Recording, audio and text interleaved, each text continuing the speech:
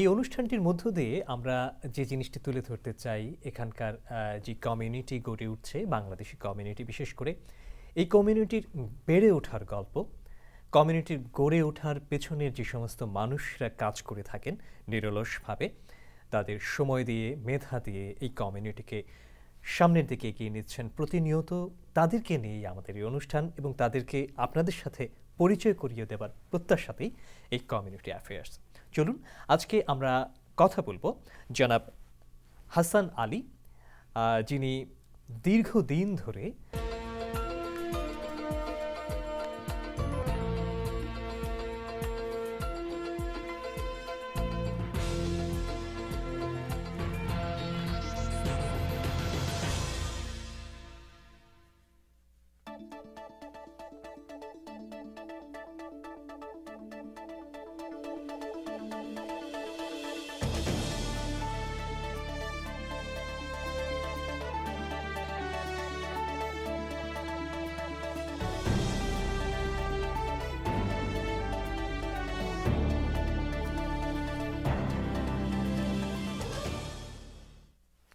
প্রিয় দর্শক, আপনাদের সবাইকে টাইম নিউজে স্বাগত জানাচ্ছি। আমি শাহাদাত হোসেন। শুরুতেই চলুন জেনে নিই আজকের সংবাদ শিরোনামগুলো। নর্থ ক্যারোলিনা ইউনিভার্সিটির কাছে চ্যাপেল হিল ক্যাম্পাস এলাকায় ক্রেইগ স্টিফেন নামে এক বন্দুকধারীর গুলিতে 3 মুসলিম শিক্ষার্থী খুন। The state of the city ভাষণে সিটি কাউন্সিলে বাংলা ভাষা প্রচলনের উদ্যোগ নেওয়ার কথা বলেছেন নিউ ইয়র্ক সিটি কাউন্সিলের স্পিকার মেলিশা মার্ক ভিভেরেতো। সাপ্তাহিক রানারের সম্পাদক ও নিউ ইয়র্কে বাংলাদেশ প্রেস ক্লাবের সিনিয়র সহসভাপতি তাসের মাহমুদ গুরুতর অসুস্থ।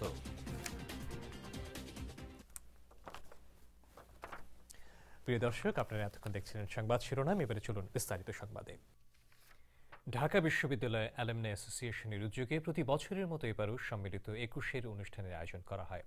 অনুষ্ঠানে নিউ ইয়র্কের বিভিন্ন সামাজিক সাংস্কৃতিক গোষ্ঠী 21 গান, কবিতা, দেশাত্মবোধক সঙ্গীতের মাধ্যমে ভাষা আন্দোলনের ইতিহাস তুলে ধরেন। দর্শক, সময় হলো একটা বিরতি নেবার, ফিরে আসছে শীঘ্রই, ততক্ষণ আমাদের সঙ্গেই থাকুন। যখন ফিরছি তখন অন্যান্য সংবাদের সাথে থাকছে সুন্দরবনের ভেতর দিয়ে নৌ চলাচল বন্ধ করার সুপারিশ করেছে জাতিসংঘ ও বাংলাদেশের যৌথ বিশেষজ্ঞ দল। জামায়াতের ডাকা দুদিনের হরতালের মধ্যে বাংলাদেশে শুরু হয়েছে ইংরেজি নববর্ষের প্রথম দিন।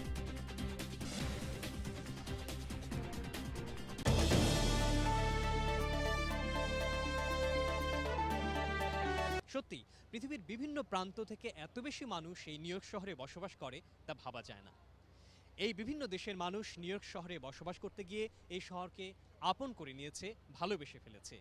এই প্রিয় নিউ ইয়র্ক শহর কেমন কেটেছে গত একটি বছর, চলুন ফিরে তাকাই। হ্যাপি নিউ ইয়ার দর্শক, নতুন বছরের শুভেচ্ছা জানিয়ে শুরু করছি টাইম সংবাদ। আপনাদের সাথে আছি আমি Shahadat Hossain. Thank you so much mister Salim Rizvi. প্রিয় দর্শক, আপনারা এতক্ষণ ধৈর্য ধরে আমাদের অনুষ্ঠান শুনবার জন্য আপনাদের প্রতি কৃতজ্ঞতা জানাচ্ছি। এবং আপনারা জানেন যে এই অনুষ্ঠানটি কিন্তু আপনাদের এই অনুষ্ঠানের মধ্য দিয়ে আমরা আইন বিষয়ক সচেতনতা সৃষ্টি করতে চাই এবং আপনাদের আইন বিষয়ক যে কোনো প্রশ্নের উত্তর দেওয়ার জন্য আমরা সবসময় প্রস্তুত।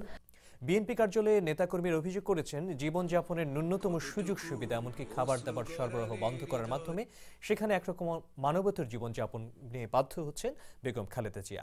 সেই সাথে বুধবারে গ্রেপ্তারি পরোয়ানা শুধু গুলশান অফিস বা বিএনপি নেতাকর্মীদের মধ্যেই নয়, গোটা দেশ জুড়ে তৈরি করেছে নতুন উদ্বেগ, উৎকণ্ঠা।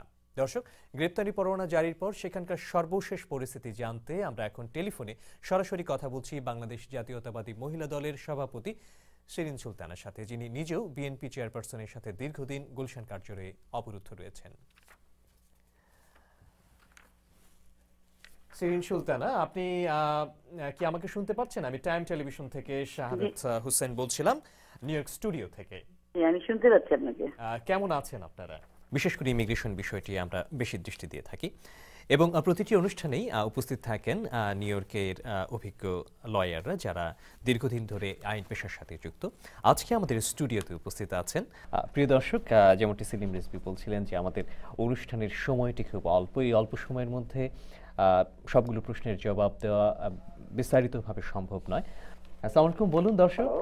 জি, কে বলছিলেন? আমি রেজা বলছিলাম। জি রেজা ভাই, আপনি কোথা থেকে বলছেন? আমি কুইন্স থেকে বলছিলাম। জি বলুন আপনার প্রশ্নটি বলুন। আচ্ছা, আমি গ্রিন কার্ড নিয়ে এই দেশে এসেছি, জি।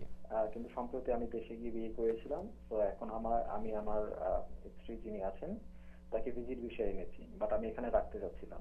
এই মুহূর্তে আপনার প্রশ্নের তাৎক্ষণিক জবাব দেবার জন্য আমি ফিরে যাচ্ছি attorney at law Selim S রিজভির কাছে।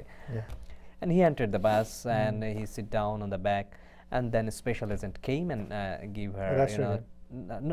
no arresting, Right. like he gave someone an $100 ticket.